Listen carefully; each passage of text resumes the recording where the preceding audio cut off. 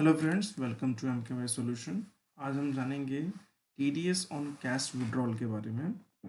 TDS on cash withdrawal section आता है 194 N के अंडर में।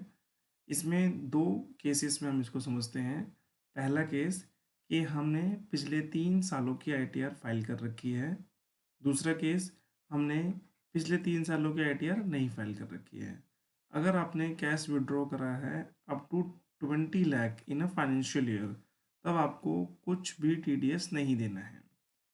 अगर आपने आईटीआर फाइल करी है तो भी, अगर आपने आईटीआर फाइल नहीं करी है तो भी।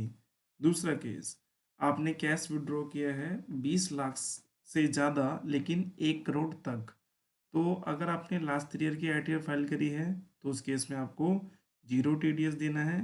लेकिन अगर आपने आईटीआर नहीं फाइल करी है तो आपको 2% टीडीएस देना है। ओके फ्रेंड्स, तीसरे केस के बारे में बात करते हैं। आपने कैश विड्रॉल किसी एक फाइनेंशियल ईयर में 1 करोड़ से ज़्यादा का किया है, तो अगर आपने आईटीआर फाइल करी है लास्ट ईयर की, तो उस केस में आपको 2% का देना है टीडीएस। अगर आपने लास्ट ईयर की आईटीआर नहीं फाइल कर रखी है तब आपको 5% का टीडीएस देना है। ठीक है, इसको एक एग्जांपल से समझते हैं।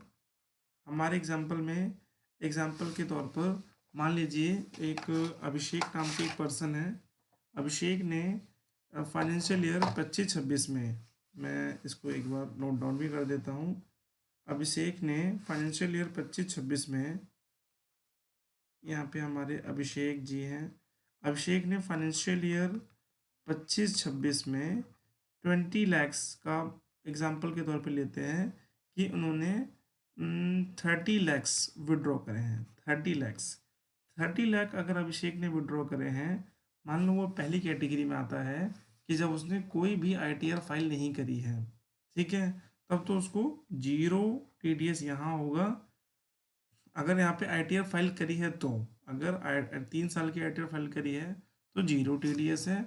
अगर अभिषेक ने आईटीआर नहीं फाइल करी है पिछले 3 साल की, तो उनको 2% टीडीएस देना पड़ेगा, यानी कि 70,000 रुपये देना पड़ेगा।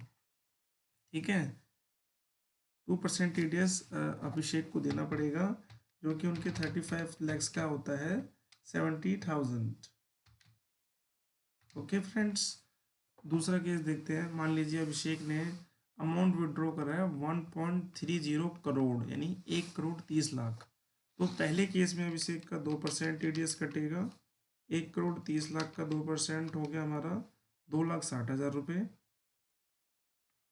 और दूसरे केस में अगर आईटीआर फाइल नहीं करी है अभिषेक ने, तो अभिषेक का 5% टीडीएस कटेगा, जो कि होता है 6,50,000 रुपये।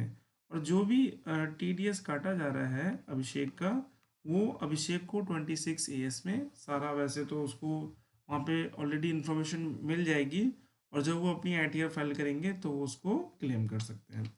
ओके फ्रेंड्स, आज के लिए इतना ही। अगली वीडियो में एक नए टॉपिक के बारे में हम बात करेंगे। Okay, thank you.